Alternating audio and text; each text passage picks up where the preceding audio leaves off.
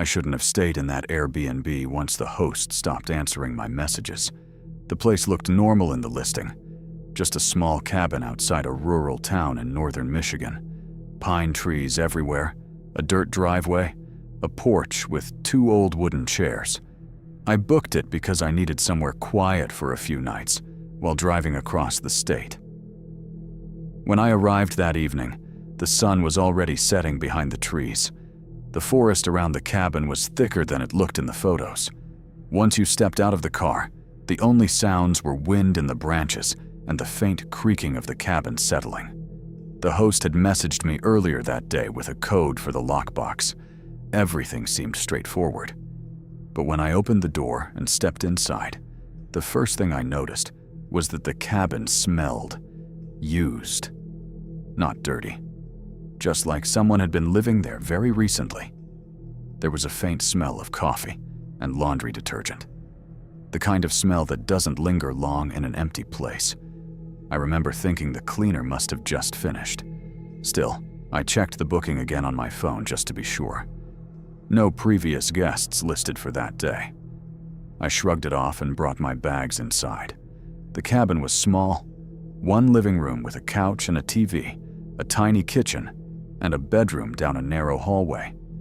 There was also a basement door near the kitchen, the kind that led to a staircase going down into darkness. I didn't open that door. I didn't see any reason to. I dropped my bag on the couch and walked around turning on lights. Everything looked clean. But when I got to the kitchen sink, I noticed something that made me pause. There was a mug sitting on the drying rack, and the inside of it was still wet. Not just damp.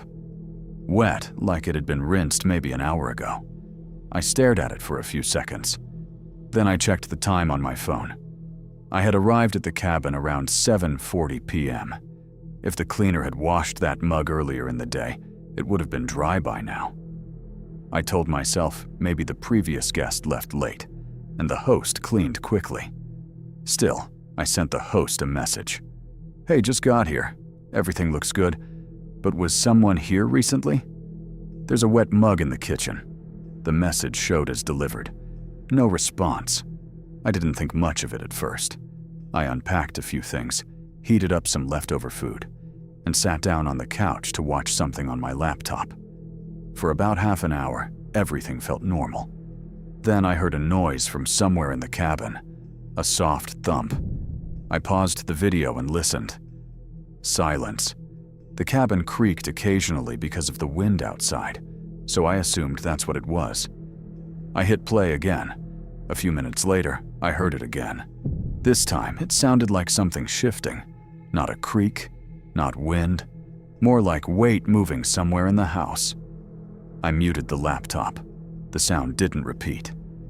After about 30 seconds of silence, I stood up and walked slowly down the hallway to the bedroom. The bedroom looked untouched. Bed made, closet door open, bathroom light off. Nothing seemed wrong. When I walked back into the living room, I noticed something else. The basement door. I was sure it had been fully closed when I arrived. Now it was slightly open. Maybe 2 inches, just enough to show darkness inside. I stood there staring at it. The cabin had old wooden floors, so if someone had opened that door while I was sitting on the couch, I would have heard the hinges. But I didn't remember hearing anything. I walked over slowly and pushed the door open a little more. The staircase led straight down into darkness. No lights on, just a narrow set of wooden steps disappearing into the basement. I leaned slightly forward and listened. Nothing. Just that deep, quiet silence you get in underground spaces. I pulled the door shut again. Maybe I hadn't closed it properly earlier. That explanation felt reasonable enough. Still, I checked my phone. The host hadn't replied. Around 10 p.m., I decided to go to bed. The drive that day had been long, and the forest outside made the place feel even darker than normal. Before going to the bedroom, I walked through the cabin one more time. Living room. Lights off. Kitchen lights off. Basement door closed. I checked it twice. Then I went to the bedroom and locked the door. I usually do that when I'm staying somewhere unfamiliar. The bedroom window looked out toward the trees behind the cabin. There were no streetlights, no nearby houses, just darkness between the trunks. I fell asleep pretty quickly, but sometime later in the night, a sound woke me up. At first, I didn't know what it was. I just knew something had changed. Then I heard it again. Footsteps. Slow footsteps on the wooden floor, in the hallway. I sat up immediately. For a second, I thought maybe it was part of a dream. Then the footsteps came again. One step. Pause. Another step. The sound was unmistakable. Someone was walking inside the cabin. My heart started pounding so hard I could feel it in my throat. I looked at the door. The handle wasn't moving, but the footsteps were definitely real. They moved slowly down the hallway, then stopped. Right outside the bedroom. I held my breath. There was a long silence. Then I heard something brush lightly against the door. Not a knock. More like fingers sliding across the wood. I didn't move, didn't speak, didn't even reach for my phone. After a few seconds, the sound stopped. Then the footsteps moved away, back down the hallway. I waited several minutes before grabbing my phone and checking the time. 2:14 a.m. I listened carefully. No more footsteps. Eventually, the cabin went completely quiet again. I didn't sleep after that. I stayed awake in the dark for the next few hours. Around sunrise, I finally opened the bedroom door. The hallway looked exactly the same as before. Nothing out of place. But when I walked into the living room, I saw something that made my stomach drop. The basement door was open. Wide open. I was absolutely sure I had closed it before going to bed. I walked slowly toward it. The staircase still disappeared into darkness. But now there was something at the top step. A single shoe.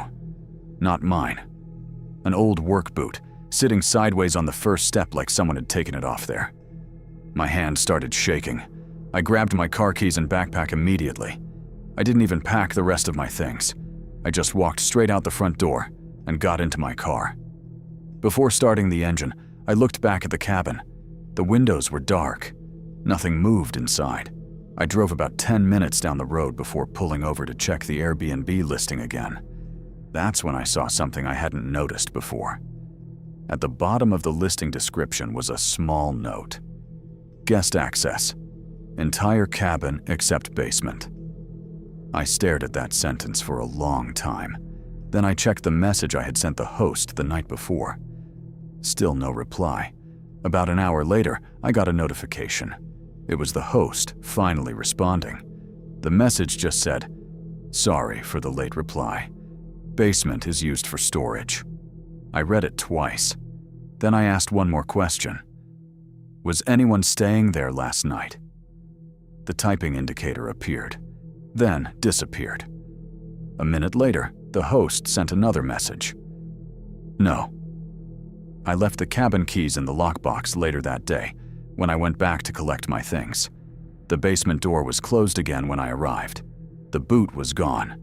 Everything looked normal. But as I packed my bag, I noticed something on the inside of the bedroom door.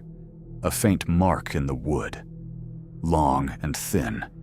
Like someone had slowly dragged their fingernails down the surface. Exactly where I had heard that sound in the middle of the night. If you're a fan of creepy true stories, feel free to check out my playlist.